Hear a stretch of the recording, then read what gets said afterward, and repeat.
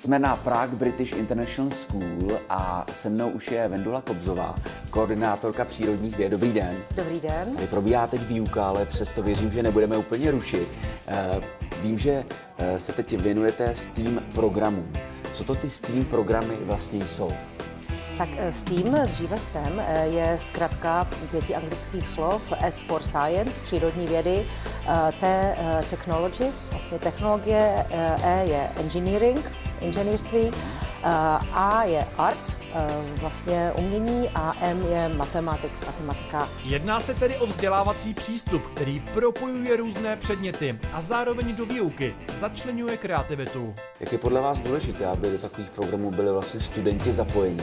Tam je důležité rozvinout takový ten koncept myslící ruky. Je to o tom, že když vlastně propojíte myšlení s manuálními činnostmi, ať už jsou to třeba u nás v přírodních vědách ty pokusy, které neukazujete dětem, ale necháte je dělat a je úplně jedno, jak jsou jednoduché. Když si něco stavíte nebo kreslíte, tak na vás přichází ty nové nápady a potom tam začínají ty inovace. Když si to ty děti osahají, tak potom jsou vlastně ještě víc motivovaní k tomu, aby dál tvořili a vznikají naprosto skvělé projekty. Zapojují se vlastně všechny děti, protože každý jsme trošku jiný a na každého platí i v té výuce jiný ten mindset, je to tak? Je to tak. V přírodních vědách, když se ty děti učí badatelsky nebo prakticky, vlastně rukama, tak potom ta větší část dětí vlastně pochopí to penzum, řekněme, fyziky. Co se týče kroužků, dneska hodně letí robotika, můžou si třeba postavit Stirlingův motor a sami si ho odzkoušet. Myslíte, že jde zvládnout tolik aktivit najednou, i když děti vlastně dokážou hodně? Je potřeba propojovat se, vlastně udržovat si nějakou komunitu škol, kteří mají podobný styl výuky, učit se od těch nejlepších. Je taky možné, a co dobře funguje, nechávat starší studenty, aby inspirovali a učili ty mladší, protože potom vám ještě vlastně vzniká to, že oni se naučí ty mladší vést a ti mladší k něm vzhlížejí a taky je to jiné, než když se to učíte od paní učitelky. Vidím tady i dívky. Tak jaké je zapojení do STEAM programů dívek? Ty robotické týmy velmi často na těch soutěžích bývají dneska úplně holčičí a je to tím vlastně, když jednou jako dívka začne rozbořit ten stereotyp a potom ty ostatní to vidí a připojí se a jsou velice úspěšné. Nebývá toho někdy na děti v tom obecně školství hodně, ještě když mají takto aktivní programy? Tyto programy je učí tomu, aby se soustředili a taky nějaké sebekázni.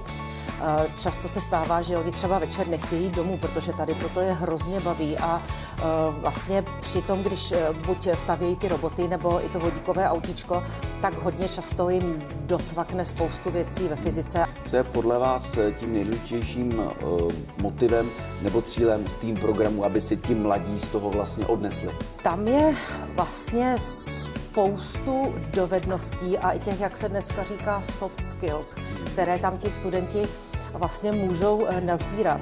Studenti získávají odvahu přijímat výzvy, schopnost vést týmy a pracovat s potlakem. Tyto dovednosti mohou být zásadní pro jejich budoucí kariéru. V rámci výukových programů se navíc mohou zapojit do různých soutěží. Studenti, kteří v loni byli vybráni do programu závodů RC modelů s vestavěným palivovým článkem, se v září 2023 v Las Vegas vlastně probojovali až do toho finále. Oni během těch závodů pracují pod obrovským tlakem. Oni musí vědět, co opravit, kdy opravit, musí spolu komunikovat, musí se přizpůsobit celé té náladě v týmu. Chápu to správně, že děti mají teda možnost se nechat inspirovat nejenom od učitelů, ale i od studentů třeba ze zahraničí. Když vyučujete s tím předměty, tak je potřeba propojovat studenty s ostatními školami, například při soutěži nebo při opravách a stavění toho vodíkového autíčka. Je potřeba být v kontaktu třeba s automobilovými učilišti v České republice, kde nabíráme hodně inspirace. Dneska už je jednoduché třeba propojit se a získávat dovednosti i od profesorů z MIT, z Massachusetts Institute of Technology. Takovou motokáru jsem si taky jako malej vyrobil a je pěkný, že stále platí škola hrou.